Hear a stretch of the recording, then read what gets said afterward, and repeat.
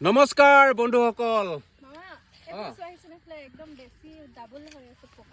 এফালে বেছি লাগি আছে বা ইমান ডবল বগৰী লাগি আছে আগতে দেখিছা নাই এনেকুৱা বগৰী ইমান ডবল লগা নাই দেখা ইয়াতে এবাৰ প্ৰথম দেখিছা বা আপোনালোকে চাওকচোন ইমান ধুনীয়া বগৰী লাগি আছে ডাল ভৰি ভৰি বগৰী লাগি আছে আৰু এইজোপা গছ আপোনালোকে দেখিছে এইজোপা গছ হৈছে বল সুন্দৰী বগৰী আৰু বল সুন্দৰী বগৰী জোপাত বেছিকৈ বগৰী লাগে ইমান ডাল ভৰি ভৰি বগৰী লাগি আছে ইয়া দেখিছে আপোনালোকে দেখি আছে আৰু এজোপা গছত অন্তত 50 কেজি ওপৰত লাগি আছে আৰু এইফালে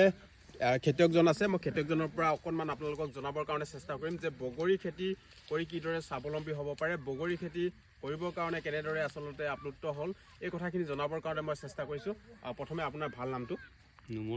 নুমল নেওগ আপুনি বগৰী খেতি কৰিবৰ কাৰণে কেনেকৈ চিন্তা আহিলে মনলৈ কেনেকৈ আহিলে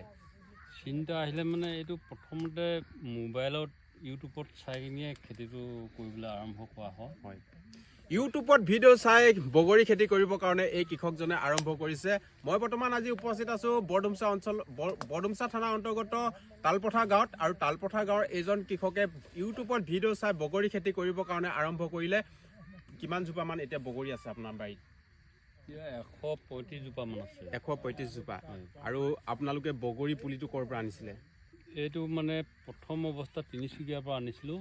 থাইলেণ্ডটো তাৰপিছতে পেঙেৰি কঁঠালগুৰি হয় তাৰ পৰা আনিছিলোঁ হয় আপোনাৰ যিহেতু বগৰী বাৰীখন প্ৰায় 135 জোপা গছ আছে আৰু 135 জোপা বগৰী গছৰ কিমানমান আপোনাৰ বিক্ৰী কৰিছে বৰ্তমানলৈকে এতিয়া বৰ্তমানলৈকে 6 কুইণ্টেলমান